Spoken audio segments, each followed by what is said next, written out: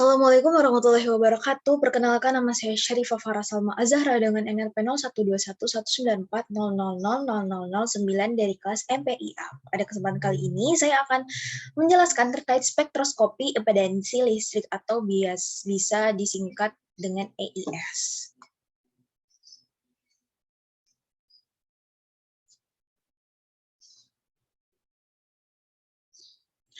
Nah, dari pengertiannya, spektroskopi adalah ilmu yang mempelajari interaksi antara cahaya dan materi. Umumnya digunakan untuk mengidentifikasi suatu substansi melalui spektrum yang dipancarkan atau diserap. Sedangkan impedansi adalah nilai resistansi kompleks dari suatu rangkaian listrik sebagai respon terhadap tegangan listrik AC yang diberikan pada rangkaian tersebut. Nah, spektroskop impedansi ini merupakan peralatan analitik yang mampu memberikan pengukuran listrik yang relatif sederhana secara otomatis dan hasilnya sering dihubungkan dengan variabel-variabel yang kompleks seperti transport massa, laju reaksi kimia, korosi, sifat dielektrik, dan pengaruh komposisi terhadap sifat konduktasi dalam zat padat.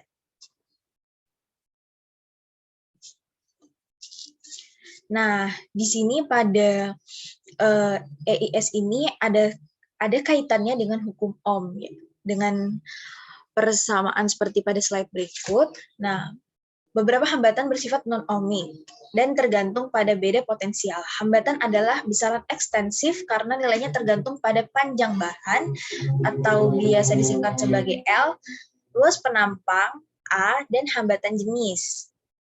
Nah, era konduktasi adalah kebalikan dari hambatan R. Suatu dari konduktasi G adalah Simon atau S. Persamaannya bisa dilihat pada slide berikut. Nah, selanjutnya, besaran impedansi meliputi RCT, CDI, dan RS, serta persamaan Z. Nah, persamaan RS ini merupakan tahanan larutan yang bergantung pada jenis ion, geometri, area penghantaran arus, dan temperatur. Sedangkan persamaan RCT bisa dilihat seperti pada slide berikut. RCT sama dengan RT bagi NFI0 yang merupakan bentuk reaksi elektrokimia tunggal yang terbentuk karena tahanan transfer muatan. Adanya perbedaan impedansi pada frekuensi tinggi dan rendah merupakan faktor munculnya persamaan RCT.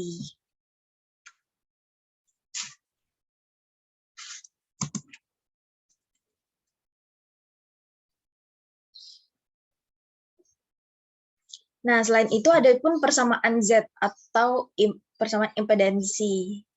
Yang ini ada kaitannya dengan RCT, dan CDI seperti yang sebelumnya, dan RS juga tentunya. Jadi Z sama dengan RS plus RCT bagi 2pi F max RCT CDI pangkat alfa. Nah, persamaan CDI merupakan besaran kapasitansi lapis rangkap listrik yang dapat dihubungkan dengan adsorpsi pada logam melalui senyawa inhibitor. Nah, berikut merupakan dot plot, gitu, grafik yang menampilkan hubungan impedansi total dan frekuensi, disebut dot plot. Nah, sumbu X ini merupakan frekuensi dan sumbu Y merupakan impedansi total. Dot plot memudahkan dalam menyelidiki nilai impedansi total dan pergeseran fasa yang merupakan gejala impedansi sebagai fungsi dan frekuensi. Pengaruh impedansi bergantung pada frekuensi sehingga dapat digunakan untuk menyelidiki sifat kapasitor bahan. Nah, berikut merupakan bentuk dot plot lainnya. Nah, adapun dalam EIS ini datanya dapat berupa dot plot maupun Nyquist plot. Nah, Nyquist plot ini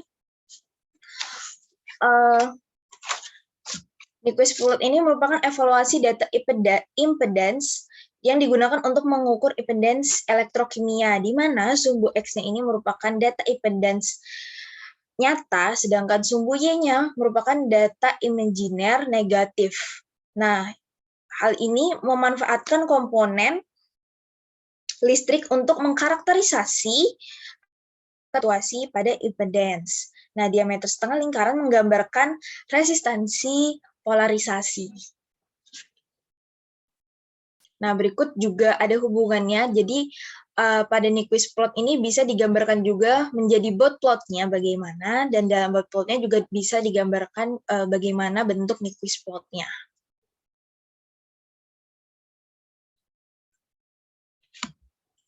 Selanjutnya, pengukuran parameter impedansi membantu mengidentifikasi proses fisik dan penentuan jenis parameter listrik yang mewakili sistem sifat listrik sampel ditentukan dengan kombinasi seri antara grain dan daerah batas grain, masing-masing diwakili dengan elemen paralel RC.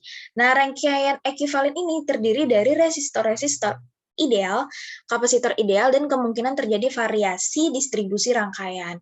Nah, resistansi menyatakan aliran konduktif dan resistor di dalamnya dapat dianggap sebagai konduktivitas bulk dari material atau mekanisme dengan suatu elektroda. Nah, kekurangan dari spektroskopi impedansi berkaitan dengan analisa berdasarkan rangkaian ekuivalen pada rangkaian ideal yang menggambarkan sifat konstanta yang tidak diinginkan. Untuk mengatasi hal tersebut dapat digunakan elemen-elemen impedansi terdistribusi yang dikenal sebagai constant phase element dalam rangkaian ekuivalen.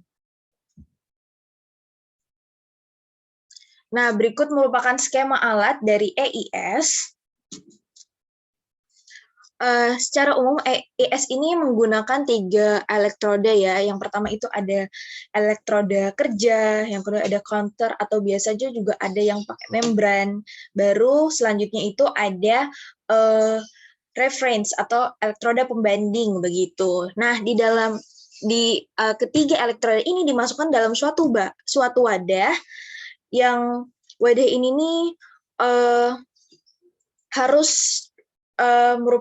merupakan bahan isolasi yang seperti kaca atau plastik. Nah, di dalam wadah ini ada elektrolitnya begitu. Nah, selanjutnya akan dihubungkan dari ketiga elektroda tersebut pada AES-nya atau frequency pada AES frequency response analyzer. Nah, di sini akan diukur nih bagaimana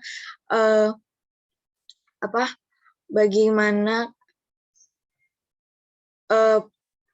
transfer elektron gitu, frekuensi transfer elektron itu bakal dianalisis begitu dari frekuensi respon analyzer ini yang selanjutnya akan diubah datanya, ditangkap datanya dari sistem komputer yang bekerja begitu.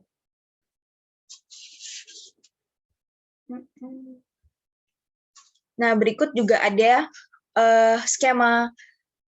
skema alat dari EIS itu. Ini gambar yang lain dari yang sebelumnya. Oke, cara kerjanya adanya analisis efisiensi penambahan inhibitor serta dapat diketahui mekanisme inhibisi dari bahan inhibitor tersebut. Semisal pada pengujian korosi dengan EIS terhadap pipa sekunder dengan HCl 0, dengan air HCl 0,05 m dan NaCl 3% sebagai medianya dengan penambahan inhibitor, mekanisme inhibisi dapat diketahui dari perubahan parameter listrik dari uji EIS yaitu tahanan polarisasi, bisa disingkat RP, tahanan larutan RS, dan kapasitas double layer. Adapun aplikasi EIS yaitu terbentuknya lapisan pada permukaan material uji karena faktor adanya inhibitor sehingga dapat menghambat polarisasi. Hal tersebut dilakukan sebagai upaya mengetahui efektivitas suatu inhibitor dalam menghambat laju korosi material uji. Selanjutnya, adapun kesimpulan yaitu nilai RCT berbanding terbalik dengan nilai laju korosi. Semakin besar nilai RCT, maka laju korosi akan semakin kecil. Dengan EIS, laju korosi dapat terukur dalam menentukan tahanan transfer muatan dan lapis rangkap listrik. Terima kasih atas perhatiannya. Mohon maaf apabila banyak masih kekurangan dan kesalahan. Wassalamualaikum warahmatullahi wabarakatuh.